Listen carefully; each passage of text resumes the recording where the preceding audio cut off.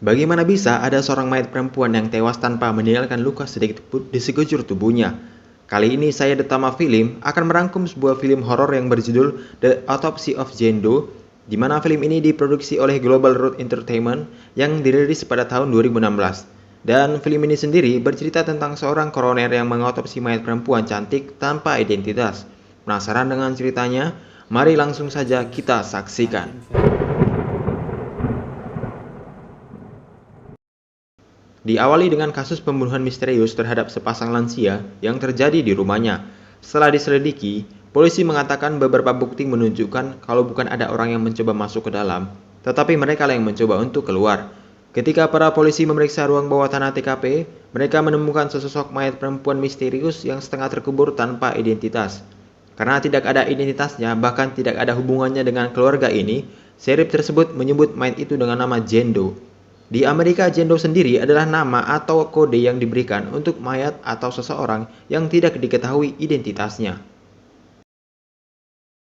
Alur cerita ini akan berfokus pada dua tokoh utama yang bernama Tommy dan anaknya bernama Austin. Mereka berdua adalah seorang koroner atau petugas forensik. Sehari-hari kegiatan mereka dihabiskan dengan mengotopsi mayat di sebuah ruang bawah tanah, di mana ruang bawah tanah tersebut berada tepat di bawah rumah mereka. Dan di sini mereka berdua sedang mengotopsi seorang mayat yang seperti terkena luka bakar. Lalu sang ayah menyuruh Austin untuk meneruskan pekerjaannya, sementara beliau keluar sebentar untuk mencari udara segar.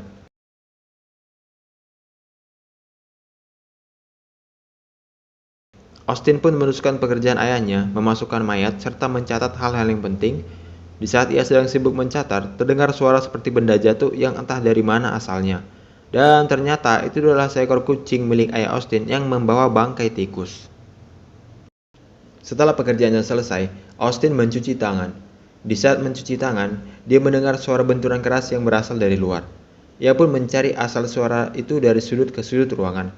Langkahnya terhenti ketika dia melihat ruangan dengan pintu yang terbuka. Ketika dia mematikan lampu dan menutup pintu ruangan tersebut, tiba-tiba... Kalian kaget? Sama, saya juga kaget. Ternyata itu adalah pacarnya Austin yang bernama Emma. Lalu Austin mengajak Emma ke ruangan otopsi. Emma yang baru pertama kali ke ruangan otopsi, iseng meminta kepada Austin untuk memperlihatkan satu mayat kepadanya. Mendengar hal itu, Austin pun menolak. Namun hal itu diizinkan ayahnya yang tiba-tiba sudah berada di ruangan itu. Lalu dia melihat ada seorang mayat yang wajahnya tertutupi kain dengan sebuah lonceng yang terikat di kakinya. Penasaran dengan itu, Emma pun menanyakan hal itu kepada ayah Austin. Ayah Austin mengatakan fungsi lonceng itu untuk memastikan bahwa mayat tersebut benar-benar masih hidup atau tidak. Jadi bisa dipastikan jika lonceng itu berbunyi, berarti mayat tersebut belum mati atau mungkin gentayangan. Setelah selesai melihat mayat, rencananya Emma dan Austin akan pergi menonton bioskop. Lalu datanglah seorang sheriff yang di awal cerita tadi bernama Sheriff Sheldon, di mana sheriff tersebut membawa bungkusan mayat ke ruangan otopsi. Dan sepertinya Austin tidak bisa pergi menonton dengan Emma, dikarenakan Austin tidak bisa membiarkan ayahnya bekerja sendirian. Austin pun berjanji akan menyelesaikannya dalam waktu singkat agar mereka bisa pergi menonton. Austin pun kembali ke ruangan otopsi dan memulai pekerjaan mereka. Dan disinilah mimpi buruk Tommy dan Austin akan dimulai. Dimulai dengan evaluasi eksternal, di mana tubuh Jane Doe akan diperiksa di bagian luar untuk memastikan apakah ada bekas luka atau tidak. Sebelum diperiksa, Austin mengambil foto mayat tersebut untuk keperluan pemeriksaan. Dan dari sini kita akan melihat bahwa kondisi mayat tersebut benar-benar sangat mulus seperti layaknya manusia hidup pada umumnya. Keanehan mulai muncul ketika Austin memeriksa mata Jane Doe yang dimana mata tersebut berwarna abu-abu. Menurut dunia permayatan, mata berwarna abu-abu akan terjadi apabila mayat tersebut sudah mati berhari-hari. Lalu pemeriksaan berlanjut di bagian mulut, di mana mereka menemukan lidah Jane Doe yang sudah terpotong, dan mereka juga menemukan sehelai benang di dalam mulut Jane Doe.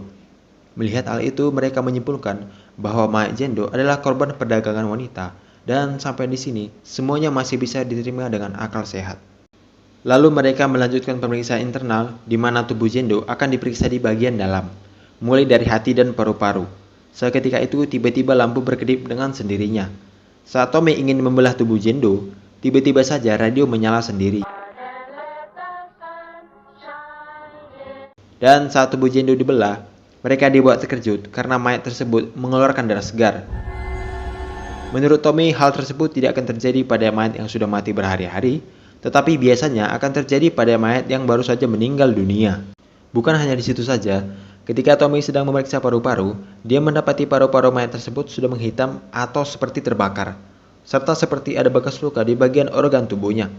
Hal tersebut membuat Tommy dan Austin curiga, karena bagaimana bisa seseorang dengan pergelangan kaki dan tangan yang hancur, paru-paru yang terbakar, serta organ yang terluka, meninggal dunia tanpa meninggalkan luka cacat dari luar sedikit pun? Sama seperti mencari peluru di dalam otak, tapi tanpa ada bekas luka. Seketika itu lampu kembali mendadak berkedip sendiri, disertai dengan petir yang menyambar. Lalu di saat mereka sedang memeriksa, terdengar suara seperti benturan keras yang berasal dari luar. Austin pun segera keluar untuk memeriksanya. Ia memeriksa dari sudut ke sudut koridor, namun ketika dia menoleh ke arah pantulan cermin, tiba-tiba dia melihat ada sesosok pria yang tengah berdiri tepat di sebelah koridornya. Tetapi ketika dia memeriksa ke koridor tersebut, sesosok pria itu sudah menghilang. Untuk memastikan itu, Austin pun mengecek satu persatu ruangan yang berada di koridor tersebut. Ia pun masuk ke salah satu ruangan yang berada di situ. Di dalam ruangan itu, dia melihat ada sesuatu yang mencurigakan. Dan setelah dicek, ternyata itu adalah kucing milik ayahnya Austin yang sudah dalam keadaan tak bernyawa tanpa alasan yang jelas. Tommy yang mengetahui hal tersebut merasa sedih karena kucing kesayangannya mati secara mengenaskan. Ia pun mengambil mayat kucing itu dan memasukkannya ke tungku api. Singkat cerita, Austin pun kembali ke ruangan otopsi sementara ayahnya masih berada di ruangan tungku api. Dan tiba-tiba saja pintu kotak mayat yang berada di situ terbuka sendiri.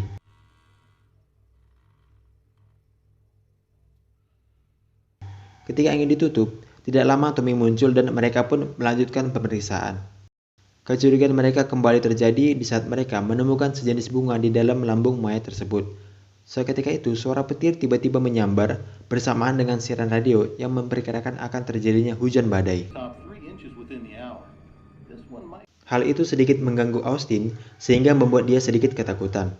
Austin pun mengatakan kepada ayahnya untuk melanjutkan pemeriksaan pada esok hari saja, namun ayahnya menolak dan mengatakan, "Wahai anakku, jika kita baru memulai sesuatu, maka kita harus menyelesaikannya juga." Kembali ke pemeriksaan. Di saat memeriksa lambung, mereka juga menemukan sebuah gigi yang terbungkus potongan kain berwarna coklat. Dan yang mengherankannya lagi, pada kain pembungkus tersebut terdapat tulisan-tulisan Romawi dan simbol-simbol yang aneh yang biasa digunakan untuk ritual-ritual mistis. Tommy dan Austin pun dibuat terheran-heran akan hal itu. Hal tersebut membuat mereka menganggap kalau mayat Jendo hampir mirip dengan ritual persembahan manusia. Dan dari sini semuanya mulai tidak bisa diterima dengan akal sehat. Seketika suasana akan terasa mencekam ketika siaran radio yang kembali berganti tiba-tiba.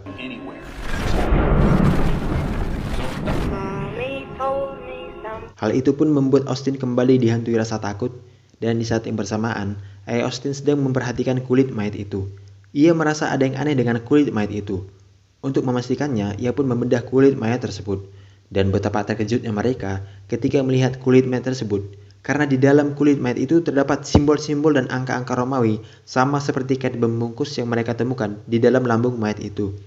Lalu tiba-tiba saja, pintu peti mayat yang berada di situ terbuka sendiri, disertai dengan lampu yang mendadak meledak dan membuat ruangan itu gelap gulita.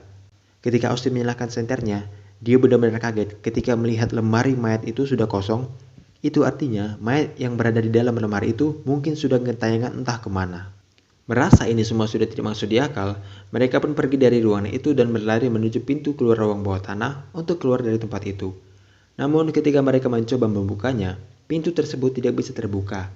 Mereka pun berlari ke ruang kerja Tommy dan menelpon Sheriff Sheldon untuk menyelamatkan mereka. Namun sayang, jaringannya terputus. Sheldon, please. Lalu tiba-tiba saja terdengar suara dentingan lonceng disertai dengan langkah kaki yang berasal dari luar. Dan seperti yang dikatakan Tommy di awal, fungsi lonceng-lonceng tersebut untuk memastikan mayat tersebut benar-benar mati atau tidak. Dan itu artinya dentingan lonceng tersebut berasal dari mayat yang mungkin gentayangan. Dan benar saja, tiba-tiba mayat tersebut sudah berada di depan pintu dan menderbak-derbak pintu itu. Mereka yang ketakutan mencoba menahan pintu dengan sebuah lemari, dan cara itu pun berhasil. Akan tetapi, ketika Tommy sedang mencuci tangan, tiba-tiba dia terjatuh dan dibanting oleh sesosok makhluk yang tak kasat mata. Austin yang melihat itu bergegas mendobrak pintu dan mendapati ayahnya yang sudah terbaring lemah di sana dengan luka yang ada di perutnya. Tommy mengatakan bahwa makhluk itulah yang melakukannya, makhluk dengan mata abu-abunya. Lalu Austin menegaskan bahwa memang makhluk itulah yang melakukannya. Namun ayahnya berkelit serasa itu semua hal yang mustahil. Lalu mereka pun segera keluar dari ruangan itu dan kembali menuju ke ruangan otopsi. Sesampainya di sana, mereka melihat mayat Jendo masih utuh dan segera bergegas membereskannya untuk selanjutnya dikremasikan. Namun tanpa diduga-duga, tiba-tiba saja pintu ruangan itu tertutup dan terkunci dengan sendirinya. Hal itu pun membuat Austin kesal sekaligus penasaran siapakah sosok yang mengunci pintu itu. Ia pun menghancurkan pintu itu dengan kapak hingga terbentuk sebuah lubang. Dan ternyata muncul sesosok mayat yang sepertinya sudah tua bangka dan memiliki banyak jahitan di wajahnya. Melihat hal itu, Austin pun mulai muak. Ia pun mengambil bensin dan mulai membakar tubuh Jendo karena ia beranggapan bahwa Jendo adalah penyebab dari semua ini. Namun bukannya terbakar hangus, api yang membakar mayat itu malah semakin membesar dan hampir membakar ruangan itu.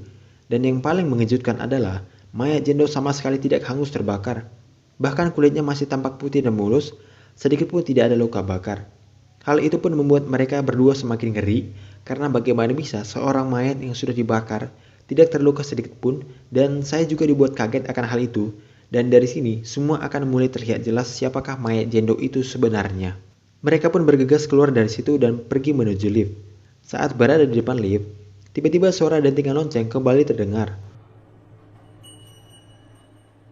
Dan sudah dipastikan itu adalah mayat berjalan dengan lonceng yang terikat di kakinya. Dengan cepat-cepat mereka pun masuk ke lift. Namun saat mereka ingin menutup pintu lift, pintu tersebut macet. Di saat yang bersamaan, adegan yang cukup menegangkan akan kita rasakan di sini, di mana mayat tersebut semakin lama semakin mendekati mereka. Ayah Austin siap siaga memegang kapak di tangannya untuk berjaga-jaga, dan di saat mayat tersebut sudah dekat, Ayah Austin langsung melayangkan kapak ke arah mayat tersebut dan membuat mayat itu tewas. Namun setelah diperhatikan, bukannya mayat yang mereka bunuh, melainkan pacar Austin sendiri yang bernama Emma, di mana kapak tersebut tertancap di dadanya. Sebelumnya Austin berjanji kepada Emma akan mengajaknya menonton film bioskop setelah pekerjaannya selesai. Mereka yang melihat hal itu benar-benar histeris dan tidak menyangka bagaimana hal itu bisa terjadi. Terlebih kepada ayah Austin yang sangat merasa bersalah karena telah menyebabkan pacar Austin tewas. Dan Austin merasa sangat terpukul karena pacarnya tewas secara mengenaskan. Dan sampai di sini kalian pasti dibuat semakin terheran-heran serta penasaran dengan kejadian ini. Bagaimana bisa sesuatu yang terlihat seperti mayat berjalan bisa berubah menjadi manusia normal? Tapi tenang, setelah ini semua akan terlihat jelas siapakah sosok Jendo yang sebenarnya. Lalu dengan rasa kesedihan yang mendalam, mereka kembali masuk ke dalam lift. Dan di sini mereka membahas tentang mayat Jendo yang semakin lama semakin mengerikan. Austin mengatakan ini semua harus dihentikan, kalau tidak mayat Jendo akan mengincar nyawa mereka. Mereka pun berencana kembali ke ruangan otopsi untuk menghentikan semua ini. Di saat melewati koridor, mereka mendapati koridor tersebut sudah dipenuhi asap-asap berbau mistis yang berasal dari ruang pembakaran. Dengan sedikit keraguan dan ketakutan, mereka pun melewati asap-asap yang tebal itu. Dan di sini mereka mulai dihantui oleh mayat-mayat gentayangan yang entah dari mana asalnya.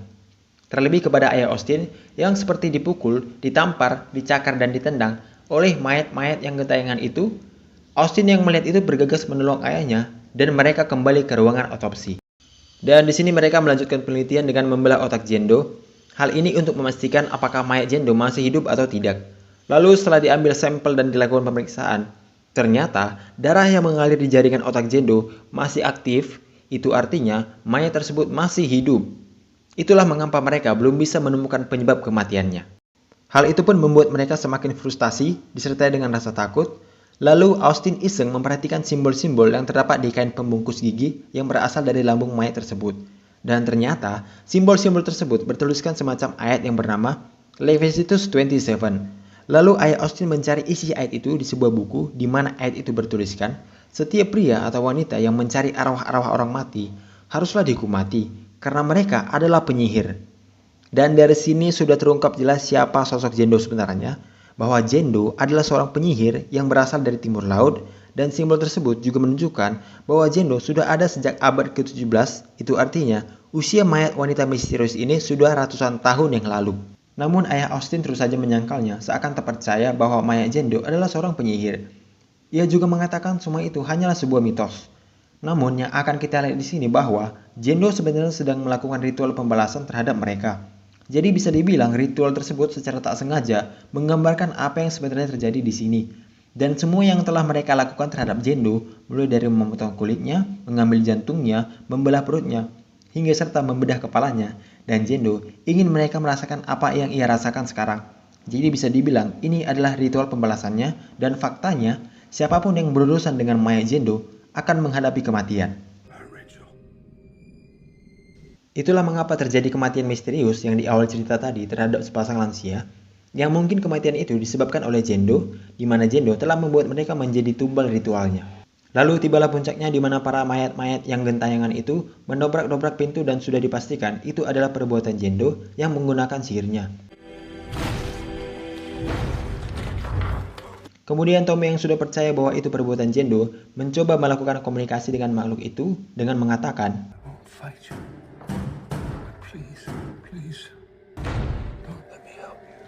dan benar saja, tiba-tiba semua sakit dan derita yang dialami Jendo satu persatu mulai berpindah ke Tommy. Seperti yang mereka lakukan terhadap Jendo, di mana mereka melakukan pembedahan paru-paru, jantung, kulit, bahkan pada otak, semuanya itu berpindah ke Tommy. Jadi bisa dibilang, Jendo mengambil itu semua dari Tommy dan membuat dirinya kembali seutuhnya. Kini Tommy merasakan sakit dan derita yang luar biasa, di mana pergelangan tangan dan kakinya mulai retak, serta kerusakan pada organ tubuh lainnya. Tak kuat menahan penderitaan itu semua, ia pun mengambil pisau dan mengatakan kepada anaknya untuk membunuhnya. Dengan sangat berat hati, Austin pun terpaksa melakukannya demi menghilangkan penderitaan ayahnya. Dan ayahnya pun tewas. Austin benar-benar sangat terpukul atas kejadian itu. Terlebih lagi, ia baru saja kehilangan pacarnya. Seketika itu, lampunya yang tadinya mati kini hidup kembali. Dan pintu kotak mayat yang tadinya terbuka kini juga sudah tertutup kembali. Dan sepertinya semuanya sudah kembali normal. Namun ini semua belum berakhir. Tak lama terdengar suara dari luar seperti suara Sheriff Sheldon yang akan menyelamatkan Austin. Merasa dirinya akan selamat, Austin pun beranjak keluar dan menuju pintu ruang bawah tanah. Austin pun berteriak-teriak kencang, namun Sheriff itu terus saja berbicara seakan-akan ia tak mendengarkan Austin. Dan tak diduga-duga, ternyata suara itu berasal dari radio yang entah dari mana datangnya.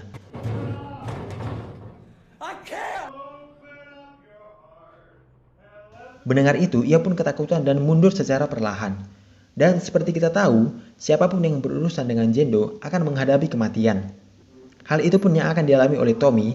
Tiba-tiba saja dari kegelapan muncul sesosok pria yang mirip dengan ayahnya. Hal itu pun membuat ia terkejut. Ia pun jatuh dan tewas. Dan di akhir film, kita akan melihat mayat Jendo sudah kembali seutuhnya. Semua darah dan luka pada tubuh mayat itu tak sedikit pun terlihat. Semuanya kembali seperti semula, sama seperti pertama kali ia ditemukan terkubur di dalam tanah.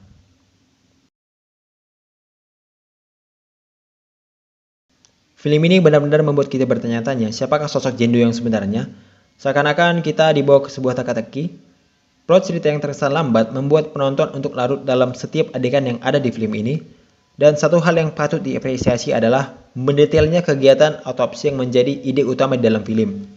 Setiap sayatan yang dibuat guna membedah tubuh mayat tersebut benar-benar ditampilkan begitu jelas dan real, membuat penonton tanpa perlu membayangkan seperti apa kegiatan autopsi atau berusaha mendapatkan gambar yang jelas tentang adegan pembedahan mayat. Dan secara keseluruhan, film ini cukup menarik untuk ditonton.